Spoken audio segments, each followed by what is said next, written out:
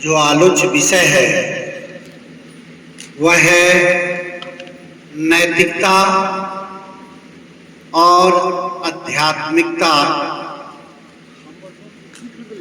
सद्विप्र बनाने की कड़ी में कैसे मददगार सिद्ध होता है।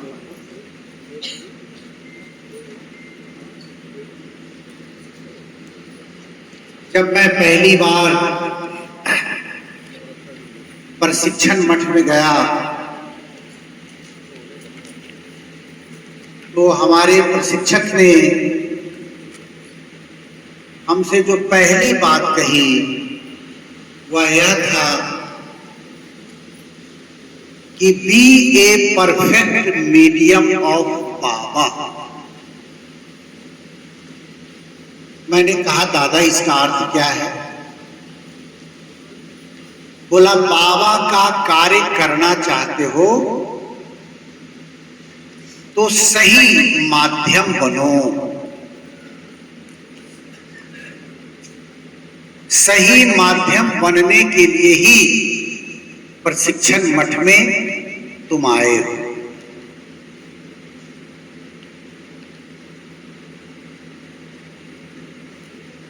सही माध्यम कैसे बने? बाबा की बात हम लोगों तक कैसे डिलीवर्ड कर सकते हैं?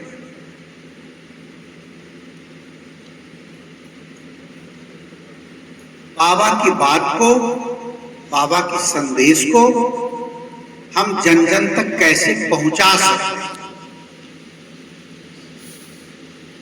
इस संदेश के पहुंचाने में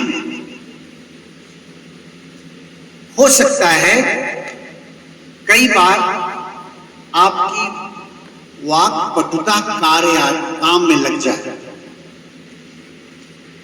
कई बार अपनी वाक पटुता से हम अपनी बात को लोगों के समक्ष रख पाए, लेकिन अगर उसी समाज में हमें रहना है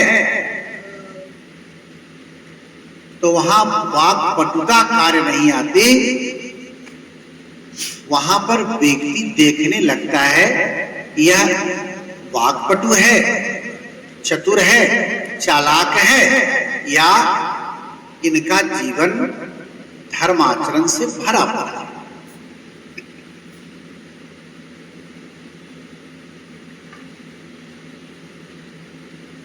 जीवन पे जो आनंद मार्ग के साधकों के लिए सबसे प्रथम पुस्तक है, उसके पहले पन्ने पर परिचय, इंट्रोडक्शन। उस इंट्रोडक्शन में साफ साफ कहा गया कि morality is the foundation of sadhana. नैतिकता साधना की नींव है। अगर कोई साधना करना चाहते हैं तो आपको नैतिकता रूपी नींव को मजबूती से पालित पोषित करना पड़ेगा, क्योंकि जैसी नींव होगी इमारत वैसे ही बनेगी। अगर नींव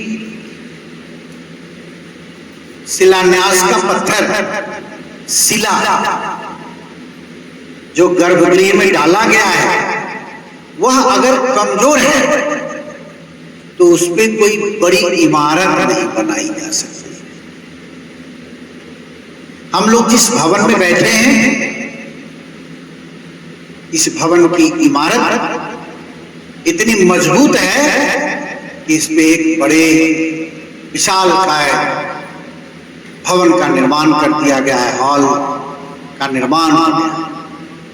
इसका नींव बहुत मजबूत है।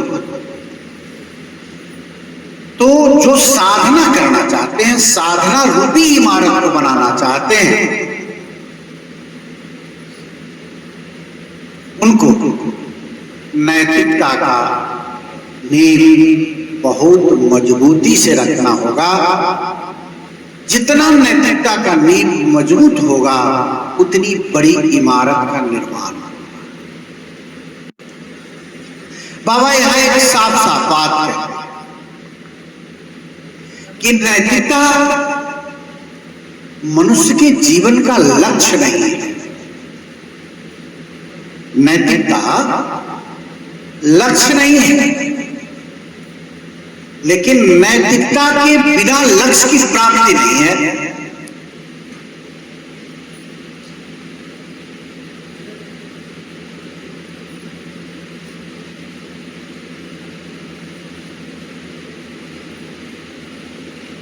इस दुर्ग शहर से हमें हजारों कोस दूर जाना है। उस जाने में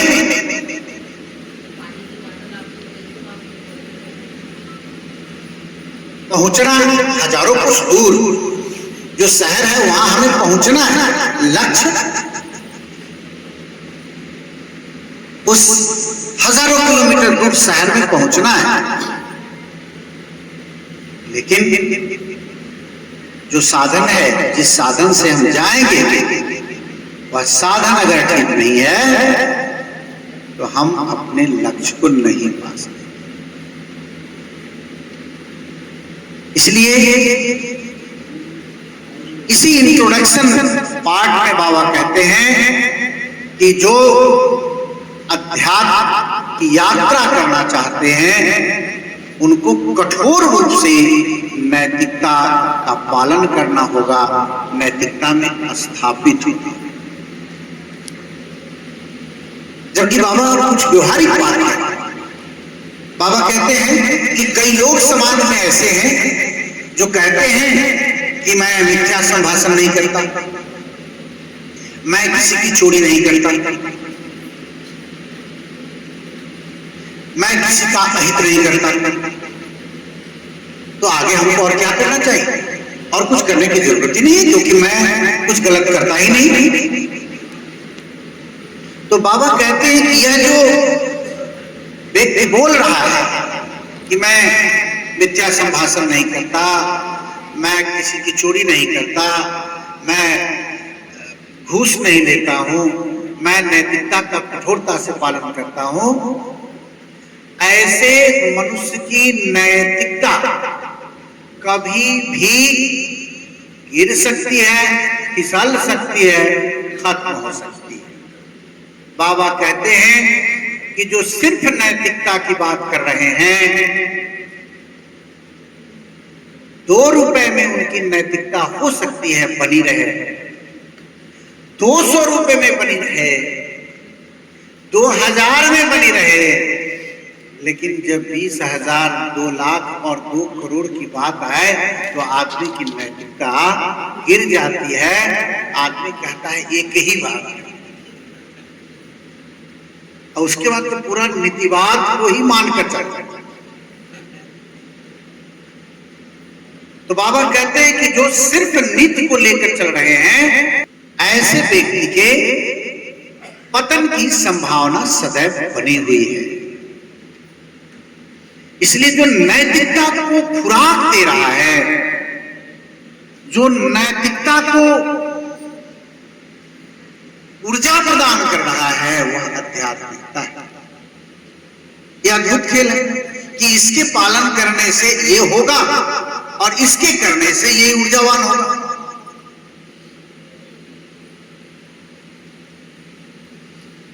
हमने कई वरिष्ठ जनों से सुना है, बाबा भी लिखते हैं, यह जो नैतिकता है, चोरी न करना अच्छी बात है, चोरी न करना अच्छी बात है, लेकिन कई बार आदमी चोरी इसलिए नहीं करता है क्योंकि एक सामाजिक दबाव है, एक परिस्थिति ऐसी बनी है, उसके मन में चौर्य भाव है, लेकिन वह चोरी कर इसलिए नहीं कर रहा है कि वो दबाव महसूस कर रहा है। ये बाप अगर चोरी कर दी, पकड़ा गए तो अपनी क्या रह जाए। तो बाबा कहते हैं कि ऐसे व्यक्ति से भी साधना नहीं, क्योंकि नीति का पालन दबाव में कर रहे हैं। क्या होना चाहिए कि चोरी का भाव ही खत्म हो जाए, चोरी का भाव नहीं रहे। नहीं, सारा धन जो इस दुनिया में दिख रहा है यह धूल है, मिट्टी है। मेरे लिए ये सोने जो पड़ा, सोना जो पड़ा है, ये मेरे लिए मिट्टी, कोई मतलब नहीं। मिथ्या संभाषण का भाव ही खत्म हो जाता। कई बार लोग समानता है, लोग इसलिए झूठ नहीं बोलते कि झूठ अगर पकड़ में आ गई तो अपनी बेइज्जती हो जाएगी। इसका मतलब कि जो झूठ बोलने का बीज है वो अंदर पड़ा हुआ, एक परिस्थिति के दबाव में आदमी मिथ्या संभाषण नहीं करना क्या होगा। स्वाभाविक रूप से यह मिथ्यावादिता खत्म हो जाए, झूठ बोले ही नहीं, वो वृत्ति ही खत्म हो गई, टेंडेंसी समाप्त हो गया। ऐसा मानस अगर बन गया है तो व्यक्ति साधना में बैठेगा और प्रभु मिलन की अनुभूति को पाए। तो धीरे धीरे अभ्यास करते करते करते करते मनुष्य आगे बढ़ता है। आज एक छोटी सी बात कहता हूं, शायद हमें नहीं कहना चाहिए। हमने किसी से पूछा कि कहे कि नहीं कहे, हे महाराज ये बात नहीं कहना। मैं बोला कहे दूंगा।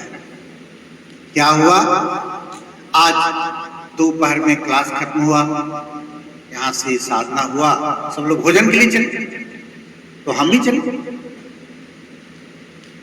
तो भोजन के लिए जब हम आगे बढ़े तो पंक्ति है, लंबी पंक्ति है ना,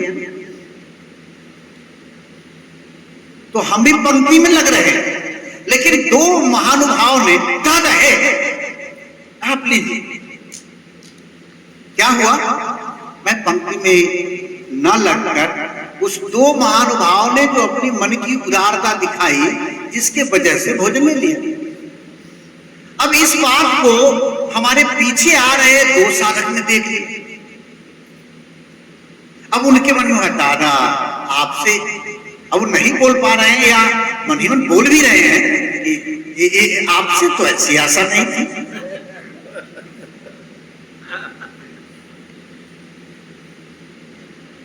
देखिए बात बहुत छोटी है, लेकिन बात बहुत बड़ी है कि अगर पंक्तिबद्ध होकर आप भोजन करना चाहते हैं तो किसी की मन की उदारता भी आपके लिए बाधक सिद्ध हो सकता है, वो प्रेरक नहीं हो सकता। तो सबसे पहले मन की उदारता दिखाने वाले जो दो महानुभाव थे उनको मैं प्रणाम करता हूं। लेकिन जिस दो महानुभावों के मन में हमारे उनकी मन की उदारता का लाभ उठाने से आपका मन व्यथित हुआ, उसके लिए मैं सजा प्रार्थी। आदमी कहता है भाई, आदमी बड़ी बड़ी बातें ही करता है भाई। देखो तो एक छोटी सी बात, भोजन में लगे 5 मिनट 7 मिनट और देर हो जाता है। जब न्याय दर्शन की बात आती है ना, तो न्याय दर्शन में कहा गया कि मनुष्य जो ज्ञान प्राप्त करता है, नॉलेज, उसके कई साधन, और उसका पहला साधन है प्रत्यक्ष ज्ञान, दूसरा साधन है अनुमान ज्ञान, तीसरा साधन है प्रमाण ज्ञान, चौथा साधन है अनुपलब्ध ज्ञान, पांचवा साधन है अनुपत्ति का ज्ञान। तो इस जितना भी ज्ञान है, प्रत्यक्ष ज्ञान हो, अनुमान का ज्ञान हो, प्रमाण का ज्ञान हो, अनुपलब्ध का ज्ञान हो, अनुप्रीत का ज्ञान हो, ये सभी के सभी ज्ञान त्रुटिपूर्ण है। नॉलेज, सूचना, इसके द्वारा जो मिला, मान लीजिए कि प्रत्यक्ष माने जो आप अपने अक्ष से, अपने आंख से देख रहे हैं। अच्छा, मान लीजिए कि आपको पीलिया रोग हो गया और पूरा कैंपस पीला दिख रहा है, तो यह जो प्रत्यक्ष ज्ञान आप अपने चक्षु से प्राप्त कर रहे हैं, क्या यह सही है? क्योंकि आपको रोगग्रस्त है भाई, आपको पीलिया हो गया है, पूरा कैंपस पीला दिख रहा है, काला भी पीला दिख रहा है, नीला भी पीला दिख रहा है, हरा भी पीला दिख रहा है, और आप कह रहे हैं कि वाहिक का हिसाब दीजिए है, सारा पीला पीला ही बना दिए हैं, कहीं इनके ऊपर ब्रज का रंग तो नहीं चढ़ गया, कहीं कृष्ण मुरारी के संपर्क में तो नहीं आ गए। बाबा कहते हैं अगर इंस्ट्रूमेंट सही नहीं है तो प्रत्यक्ष ज्ञान भी सही ज्ञान नहीं है। चक्षु, अच्छा मान लीजिए आपका चक्षु बहुत सही है, लेकिन आप दूर की वस्तु को देख रहे हैं,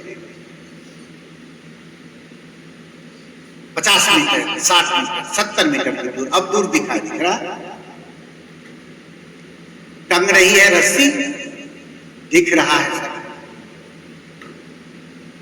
यह प्रत्यक्ष ज्ञान भी आपको सही सूचना, सही ज्ञान नहीं देगी। ये जो प्रत्यक्ष ज्ञान है, यह जो अनुमान का ज्ञान है, यह जो प्रमाण का ज्ञान है, यह जो अनुपत्ति का ज्ञान है, यह जो अनुपलब्धता का ज्ञान है, ये सब त्रुटिपूर्ण है जब तक आत्मज्ञान नहीं आ जाए। और आत्मज्ञान प्राप्ति का मूल साधन है नैतिकता का कठोरता से पालन करना और आध्यात्मिकता का बहुत ही सजगता के साथ अभ्यास करना। अनुमान ज्ञान क्या है? अनुमान लगाना, अनुमान लगाते हैं।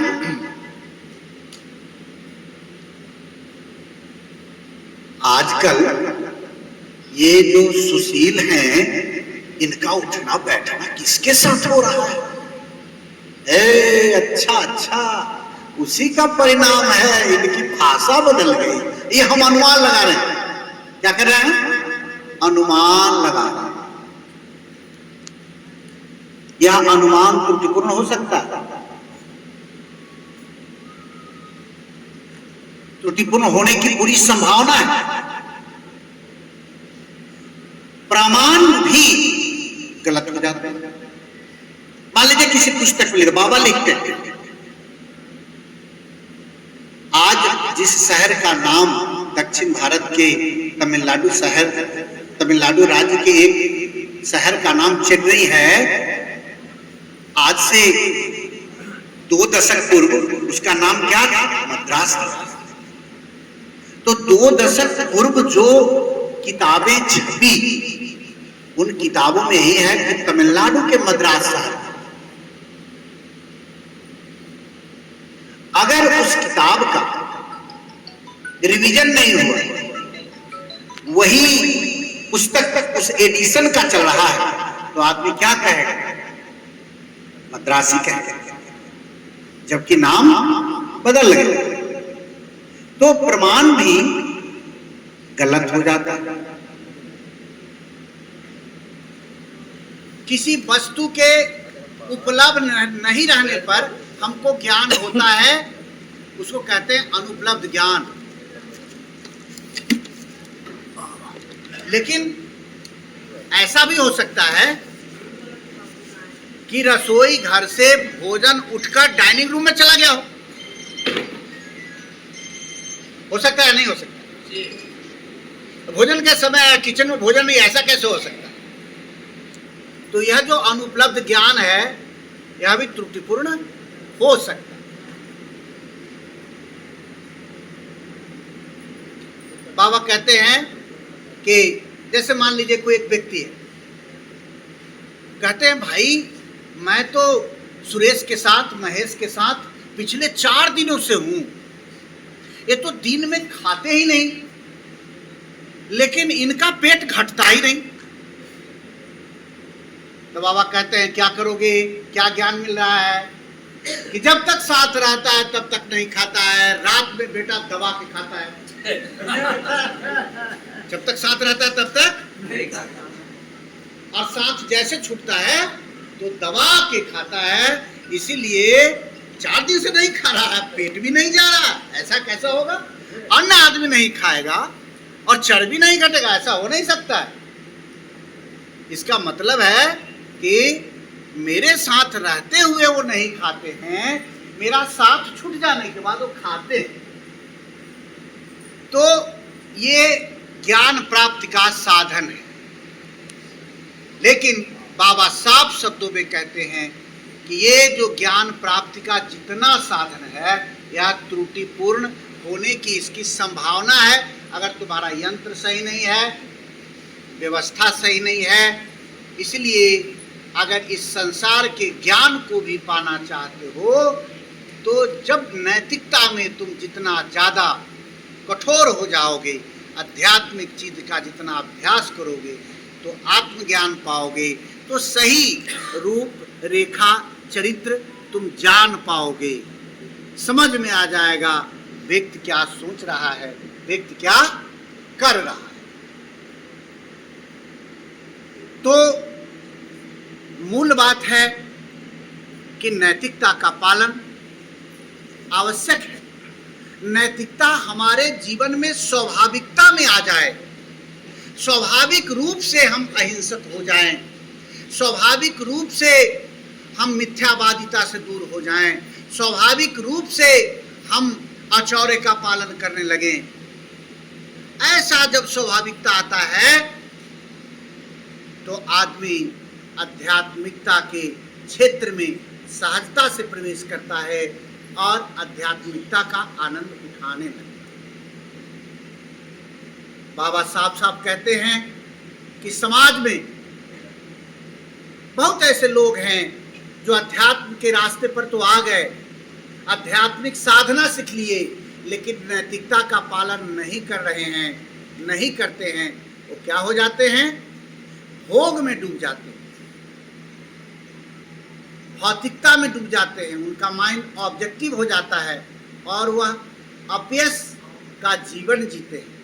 अरे साधना के नाम पे ढोंग है, पाखंड है, अरे मैं इसके चरित्र को जानता हूं। तो नैतिकता के माने बगैर अगर कोई व्यक्ति आध्यात्मिक साधना करता है तो वह भी पतन की ओर धावित है। इसलिए आनंद मार्ग की साधना पद्धति में जब भी किसी को साधना सिखाया जाता है तो सबसे पहले यह कहा जाता है कि आप यम और नियम का पालन करने के लिए तैयार हैं ना। इसका कठोरता से पालन करेंगे तो आपकी आत्मिक प्रगति होगी, आपकी आध्यात्मिक उन्नति। ये जो नैतिकता है, बाबा कहते हैं नैतिकता क्या है? नैतिकता है एक वेल नीट लाइफ, एक सुंदर जीवन, एक व्यवस्थित जीवन, एक आचरण। इसके प्रकार हैं। पहला है विधि, दूसरा है निषेध, तीसरा है नीति और चौथा है धर्म आचरण। विधि, निषेध, नीति और चौथा धर्म आचरण। विधि क्या है? जो लोग चिकित्सा के क्षेत्र में कार्य करते हैं, चिकित्सक इस बात को जानते हैं, विशेषकर आयुर्वेद के क्षेत्र में जो लोग चिकित्सा प्रदान कर रहे हैं वो जानते हैं कि दो चीज़ों का होना आयुर्वेद में अत्यावश्यक है अगर पेशेंट ठीक होना चाहता है। पेशेंट के सामने दो चीज़ें रखी जाती हैं, एक विधि रखा जाता है, दूसरा निषेध रखा जाता है। आप इन चीज़ों का पालन करेंगे, आप रात में नहीं जागेंगे, आप सुबह उठकर जल पिएंगे, जल पीने के बाद आप टहलेंगे। यह क्या है? यह विधि है। क्या है? विधि है। निषेध है, आप रात्रि जागरण नहीं करेंगे, आप देर रात्रि में भोजन नहीं करेंगे,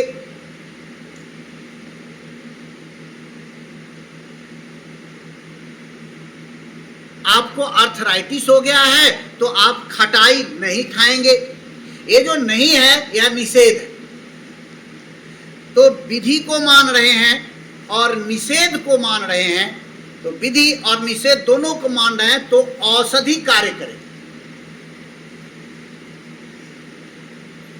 एक अद्भुत बात बता रहे हैं, यहां बहुत लोग जानते हैं। यौगिक चिकित्सा द्रव्य गुण पुस्तक देखे हैं, उसमें विधि है, निषेध है, और जहां भी बाबा ने आसन, मुद्रा और प्राणायाम की चर्चा की वहां लिख दिया ट्रीटमेंट। आसन ट्रीटमेंट है, उपचार है। क्या है? लिखा है ना, ट्रीटमेंट। वहां विधि नहीं है, वहां निषेध नहीं है। विधि अलग है, निषेध अलग है। और ट्रीटमेंट क्या है भैया? कि ये आसन है, ये मुद्रा है, ये प्राणायाम है, तुम इसको करोगे, ये ट्रीटमेंट है। लेकिन ये ट्रीटमेंट कब काम करेगा? जब तुम विधि और निषेध दोनों को मानकर चलोगे। और चौथा बता रहे हैं कतिपय उपचार। चौथा क्या बता रहे हैं? उसमें बता रहे हैं, अरे भाई जिसको कब्ज हो गया वो भैंस के दूध में पानी डालकर और चीनी डालकर थोड़ा ज़्यादा वॉल्यूम में पी लेगा तो उसका कब्ज दूर हो जाएगा। ये कतिपय उपचार है, लेकिन मेन उपचार क्या है? ट्रीटमेंट क्या है? आसन। ट्रीटमेंट क्या है? लेकिन उसके पहले क्या है? विधि है। और विधि निषेध दोनों के पालन करने से ट्रीटमेंट लाभकारी होगा। और उसके बाद जो ये कतिपय उपचार है यह भी अगर ले लिए तो आप जल्दी स्वस्थ हो जाए। लेकिन आदमी क्या करता है? सामान्य रूप से आदमी क्या करता है? अरे बाबा बताए हो तो करते हैं, लेकिन हो नहीं रहा। क्या करते हैं? बोला बाबा बताए हैं ना, गाय के घी में अदरक का रस खदका के कांसा के बर्तन में गरमा के और दोनों को छनछना के और रख देते हैं, फिर दूधवा में डाल के पीते, लेकिन मेरा खांसी ठीक नहीं हो रहा है। वो कतिपय उपचार पे ज्यादा भरोसा कर लिया है, न विधि को मान रहा है, न निषेध को मान रहा है, न ट्रीटमेंट को मान रहा है, और बोलता है कि बाबा जो बोले वो करते हैं, लेकिन हमको लाभ, तो लाभ मिलना भी नहीं चाहिए, लाभ मिलेगा भी नहीं। अगर बाबा कभी लाभ दे देंगे तो हम उनको बोलेंगे कि लाभ मत दीजिए, गड़बड़ हो जाए।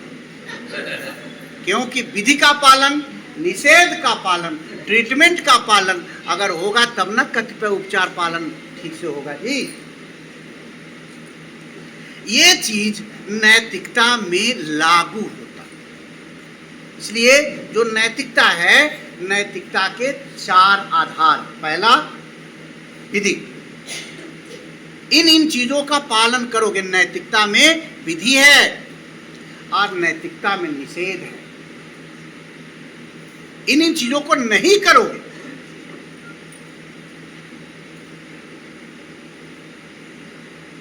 और ये दोनों का जो मिश्रण है, दोनों जब मिल गया, कंबाइंड कर दिया गया, उसी को हम क्या कहते हैं? नीति कहते हैं। क्या कहते हैं? नीति। वही नैतिकता है। लेकिन नैतिकता को जब डिफाइन करेंगे तो नैतिकता का 2 भाग है, एक विधि है, दूसरा निषेध है। तो विधि, निषेध, नीति के पालन करने से क्या होगा? देश मजबूत हो गया। चौथा बाबा कहते हैं धर्माचरण। धर्माचरण क्या है? धर्माचरण में न विधि है, न निषेध है। धर्म आचरण में सिर्फ करना ही है, सिर्फ करते जाओ, ये करो, ये करो, ये करो, ये करो, ये करो, करो। करना चाहिए ऐसा नहीं है, करना चाहिए ऐसा नहीं, करो। धर्म आचरण में क्या है? करो, छूट नहीं है, करना चाहिए नहीं है। धर्माचरण क्या है? करो। गुरु सकाश करो, 5 जन करो, सारे लेसन की साधना करो, आसन करो, करो। करना चाहिए नहीं, करो। तो ये जो विधि, निषेध, नीति, धर्माचरण, मूल रूप से धर्माचरण पर आकर हम टिक जाते हैं, ठहर जाते हैं। इसलिए धर्म आचरण करने की कुवत, ताकत कहां से आती है? ये आती है जब मनुष्य श्रद्धापूर्वक, निष्ठापूर्वक, प्रेम के साथ गुरु का सानिध्य लाभ करता है।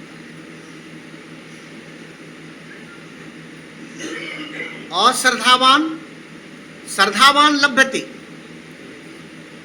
अश्रद्धा संशय आत्मा कभी भी परमात्मा को उपलब्ध नहीं हो सकता। जो संशय में जी रहा है, जो डाउट में जी रहा है, जिसके अंदर श्रद्धा नहीं है, विश्वास नहीं है, ऐसे व्यक्ति की न इस जगत जागतिक प्रगति होगी, न मानसिक प्रगति होगी, न आत्मिक प्रगति। संशय आत्मा विनश्यति। जो संशय में जी रहा है उसका विनाश अवश्य संभावी है, भौतिक क्षेत्र में भी उसका विनाश हो जाए। इसलिए भगवान श्री कृष्ण ने बार बार कहा कि तुम अपने मन में किसी भी प्रकार का संशय न रखो, संशय को हटाओ, संशय को दूर करो। एक सामान्य सी बात है, आपके पारिवारिक जीवन में पति पत्नी का जीवन है, बाप बेटे का जीवन है, माँ बेटी का जीवन है, सास बहू का जीवन है। इसमें अगर शंका का बीज घर गया तो जीवन नरक हो गया, नरक हो, रिश्ते खत्म हो गए। डाइवोर्स पेपर लेकर घूम रहा है आदमी। जितने डाइवोर्स पेपर लेकर घूमने वाले लोग होंगे उनसे आप बात कीजिएगा तो उसमें आपको हर आदमी कहेगा कि हमको उसके चरित्र पर शक है, हमको उसके चाल चलन पे शक है, हमको लगता है वो मार तो नहीं देगा, लगता है, मारा नहीं है ना। इस लगने लगाने के चक्कर में आदमी अपने जीवन को नरक बना दिया। इसलिए संशय आत्मा विनश्यति, इस बात को मानकर चलिए, संशय को हटाइए, संशय को दूर भगाइए। इसी के लिए भगवान कृष्ण ने साफ साफ कहा, प्रणिपातेन परिप्रश्नेन सेवया। ये जो परिप्रश्न है, परिप्रश्न क्या है? आपके मन में कोई शंका उठ गया, कोई प्रश्न जाग गया, उस प्रश्न को लेकर अगर आप चल रहे हैं तो आपकी प्रगति रुक जाएगी, थम जाएगी, गति बाधित हो जाएगी। इसलिए आपके मन में जो प्रश्न जगा है, यही प्रश्न अगर थोड़ा लंबा खींचेगा ना, शंका में बदल जाएगा। क्या होगा? शंका में बदल जाएगा। और शंका में अगर बदल गया तो आपका जीवन बहुत कष्टकारी होगा। इसलिए मैं सबको कहता हूँ, अपने भाइयों को कहता हूँ, मैं जिसके पास रहता हूँ कहता हूँ, भैया शंकापूर्ण जीवन मत जियो। अभी तक हम तुम्हारे दोस्त थे, एकाएक हम दुश्मन कैसे हो गए? भाई कैसे सोच रहे हो तुम? इसको मन से निकालो, बात करो। शंका का बीज कहीं से गया है उसको ढूंढो। इसलिए आप सबसे कहेंगे कि जो आध्यात्मिक जीवन है, आध्यात्मिक जीवन में शंका नहीं रहनी चाहिए। कोई भी प्रश्न आपके अंदर जागता है, उस प्रश्न का सही उत्तर सही व्यक्ति के पास जाकर, आचार्य के पास जाकर, बहुत अनुभवी व्यक्ति के पास जाकर आप उस चीज को जान लीजिए, उसका शंका का समाधान कर लीजिए। ऐसे बाबा ने भी कहा है कि गुरु जब परीक्षा लेते हैं शिष्य की, तो सबसे अंतिम परीक्षा है कि वो अपने ऊपर से ही विश्वास खत्म करवा दे, शंका उत्पन्न करवा दे। बाबा के शरीर में रहते तो बहुत लंबे समय तक साथ रहने का मौका नहीं मिला, लेकिन 2003 में आनंद नगर में मैं रह रहा था। घटना घटी थी जिसके वजह से सब लोगों को ड्यूटी लगाई गई थी। तो एक दिन मैं बाबा क्वार्टर में साधना कर रहा हूं, तो साधना करते करते करते करते साधना कर रहा हूं, तो साधना तो अच्छा होना चाहिए ना। तो गजब उस दिन साधना हो रहा है, बाबा के ऊपर ही कुछ प्रश्न चिन्ह लग रहे हैं। क्या प्रश्न चिन्ह लग रहा है भाई? साधना कर रहे हैं, अब मन में आ रहा है कि वाह, अपने तो क्लीन शेप मार लिए, दिन में 3 बार दाढ़ी बढ़ाते, हम लोगों का ये छुआ दाढ़ी बढ़ा दिया जंगल के जैसे। एक प्रश्न जाग गया, प्रश्न जाग गया। अब साधना नहीं हो, अब साधना उसी पे कंसंट्रेट हो गया कि वाह, अपने 3 बार लोगों ने कहा है, सुना है, हमने सुना है कि बाबा इस मीटिंग से आए, फिर दूसरा मीटिंग में जाना है, तो वो है कि नहीं, अब बिना काम के घास रहे हैं इसको, हाँ? अब बाद माथे में बाल 13 गो है कि 12 गो, और कंघी 15 बार खींच रहे हैं।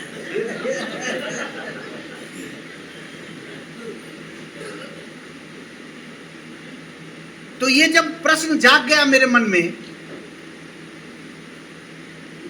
तो मैं सोचा किससे पूछे, यार तो बड़ा गड़बड़ हो गया, अब साधना ही नहीं हो रही है, वही आ रहा है, देखिए इनका कितना चमक रहा है। अब तुम अपना भी देख लो बेटा। अब क्या हुआ, शाम होते होते यह जो शंका था ये मल्टीप्लाई कर गया। क्या भाई? एक वीडियो में देख रहे हैं कि बाबा अपने परिवार के साथ बहुत प्यार से बात कर रहे हैं, अपने भाई के साथ बात कर रहे हैं, कुछ और घर की महिलाएं हैं उसके साथ बात कर रहे हैं, खा रहे हैं।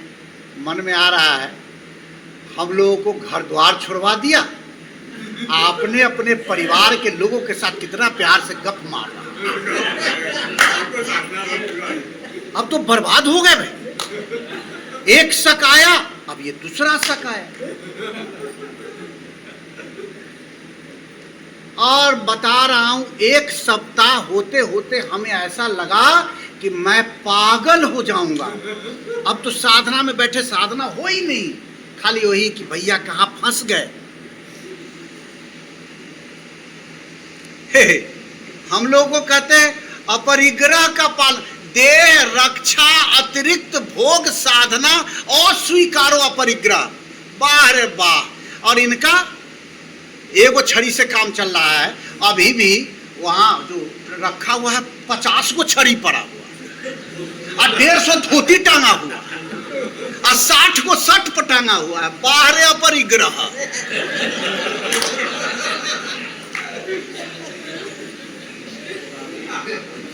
सत्यानाश हो गए। ये सत्यानाश किसका हो रहा है? ये सत्याश्रयानंद का सत्यानाश हो रहा है। अब साधना नहीं हो रही, 7 दिन हो गया, हमको लगा अब एकदम पागल हो जाएंगे। किससे पूछे? सोच रहे हैं इससे पूछेंगे तो बोलेगा भाई कैसा पागल लड़का है।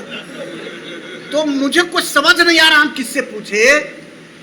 मैंने क्या क्या जाके ऐसे साष्टांग मारा बाबा क्वार्टर में, और मैं फूट फूट के लगा रोने कि बाबा इसका समाधान तुम ही दे सकते हो, तुम सबके मन के बसैया हो, तुम सबका चिंतन बदल सकते हो। ये हमारे मन में भी ये जो विषारोपण तुमने ही किया, इसको हटा दे मेरे भगवान। अगर मेरे किसी जन्म का पाप जग गया, इसको हटा लो। एकदम जैसे खूब बिलख बिलख के रोए, फूट फूट कर रोए।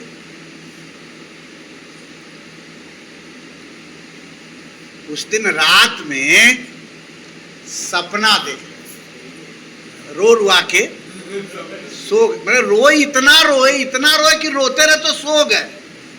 ऐसा थोड़ा नहीं रोए, कोई नहीं है। अगर कहें तो कई बार छाती पीट के भी रोए, पुक्की फाड़ के रो रहे हैं कि ये क्या हो रहा है। भाई तुम्हारे ऊपर अविश्वास हो गया तो फिर जी के क्या करेंगे। तो रात में सपना देख रहा हूं कि कोई मेरे पांव को दबा रहा, कोई मेरे पांव को दबा रहा है। मैं सपने में ही कह रहा हूं, कौन है भाई, मुझे सोने दो। कई दिनों के बाद नींद आई है, लेकिन दबाने वाला और दबा रहा है और दबाना बड़ा अच्छा लग रहा है। तो मैं कह रहा, कौन है आप, कौन दबा रहे हैं, उनको सोने दीजिए। तब मैं झटके से सपने में उठकर बैठ जाता हूँ, तो देखता हूँ कि बाबा हैं। मैं जोर से साष्टांग मारता हूँ, पाँव पकड़, बाबा आप ये क्या कर रहे हैं। तो बाबा कह रहे हैं कि क्या हुआ जी। हम बोले बाबा क्या, अरे हमारा ये सारा हटा दीजिए, ये 7 दिन से हम पागल हो जाए। तो बोले कि अब तुम पागल हो रहे हो तो इसकी जिम्मेदारी भी मेरे ऊपर है, अब बाबा क्यों, कौन करेगा। तो बाबा कह रहे हैं कि अच्छा बताओ, पहला तुम्हारे मन में शंका का बीजारोपण कहाँ से हुआ। हम बोले पहला शंका तो यहीं से शुरू हुआ, आपका क्लीन शेप से शुरू हुआ।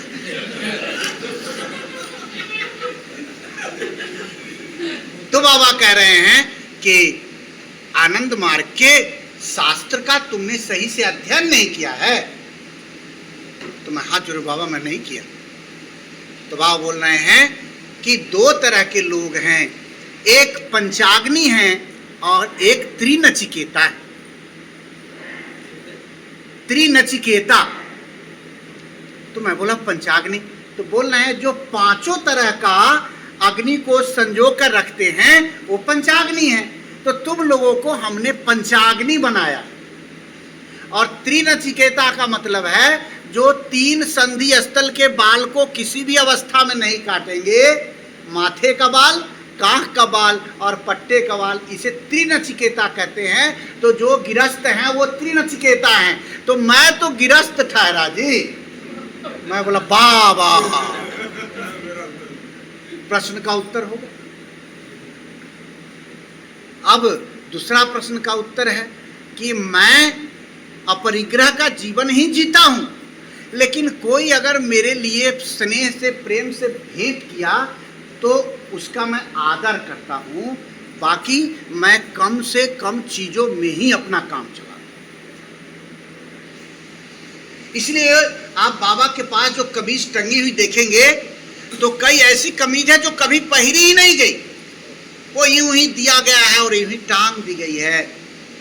बाबा कम से कम चीजों में अपना काम चलाया और कुछ और बातें हुई और मन के सारे प्रश्न धुल गए। सपने में बैठ के भी मैं रोता रहा कि बाबा अब कभी ऐसी परीक्षा नहीं लेना। अपने ऊपर, तुम्हारे संस्था के ऊपर और तुम्हारे ऊपर कभी मेरे मन में शंका हो जाए, ऐसी बात कभी आने नहीं दे रहा, इसका प्रॉमिस कर दो, तभी जाने दूंगा। बाबा ने तथास्तु कहकर कार्यक्रम को खत्म किया और मेरी नींद खुल गई और मैं पावन पवित्र हो गया। मन इतना हल्का हो गया, आराम से साधना हो। बात कहां से उठी थी? बात उठी थी संशय आत्मा विनश्यति। जिसके मन में संशय आ गया उसका विनाश अवश्य संभावी है। उसकी सांसारिक, उसकी मानसिक, पारिवारिक, आध्यात्मिक सारी चीजें नष्ट हो जाएंगी। इसलिए जहां कहीं भी रहिए शंका को स्थान नहीं देने दीजिए। और शंका दूर करने का श्रेष्ठतम साधन है कि आप जहां रह रहे हैं आप संवाद जारी रखिए। संवादहीनता नहीं आनी चाहिए। संवादहीनता विवाद को जन्म देता है और संवाद विवाद को मिटाता है।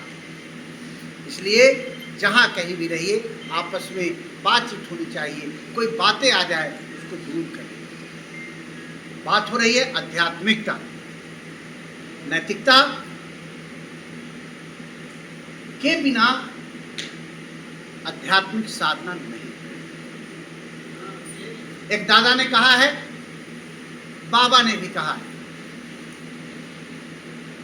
कि कटहल देखे हो? कटहल, यहां से कटहल कौन कौन जानते हैं? कटहल हाथ उठाइए। सब जानते हैं कटहल, हाथ नीचे किया। कटहल सभी जानते हैं। कटहल का सब्जी ये बेटियां, बहनें और माँ बनाती हूँ। कटहल के सब्जी बनाने वाले लोग जो एक्सपर्ट हैं वो पहले क्या करते हैं? कटहल के अंदर बहुत गम होता है, गोंद होता है, लस्सा निकलता है ना। इसीलिए जो एक्सपर्ट हैं, जो एक्सपर्ट गृहिणी हैं, वो क्या करते हैं? सबसे पहले तेल थोप लेते हैं, हाथ थोपते हैं ना, और तब लेके कटहल को फर फर काटते हैं। बाबा कह रहे हैं हाथ में तेल लगा लेने से कटहल का गम तुम में नहीं चिपकता है और तुम बड़ी सहजता से भोजन बना लेते हो। इस संसार रूपी कटहल, ये संसार कटहल का रूप है। इसमें हर जगह गोंद भरा हुआ है। अगर जम नियम रूपी तेल नहीं लगाए तो यह चिपक जाएगा और यह तुम्हारे जीवन को नरक कर देगा, कष्टकारी कर देगा, चमड़ा छिला जाए, चमड़ा नोचा जाएगा। यम नियम के पालन नहीं किया तो चमड़ा उधेड़ दिए जाएंगे, उधेड़ दिए जाएंगे। मैं कह रहा हूं इतना चिपक जाएगा। इसलिए यम नियम का पालन कठोरता से होनी चाहिए। जितनी कठोरता से होगी उतना अच्छा होगा। बात है आध्यात्मिक साधना। तो मैंने पहले ही कहा कि नैतिकता का घमंड आपको खा जाए तो आध्यात्मिक साधना का अभ्यास होना चाहिए। समय इजाज़त नहीं दे रहा है। 1 घंटे का समय था, 9 बज गया है। तो मैं अगर आगे फिर समय मिलेगा तो मैं आपसे आध्यात्मिकता की और कड़ी पर चर्चा करूंगा। उसमें आसन का क्या महत्व है, प्राणायाम का क्या महत्व है, हर लेसन का क्या महत्व है, इसकी चर्चा अगले सत्र में। आप सभी को बहुत बहुत धन्यवाद।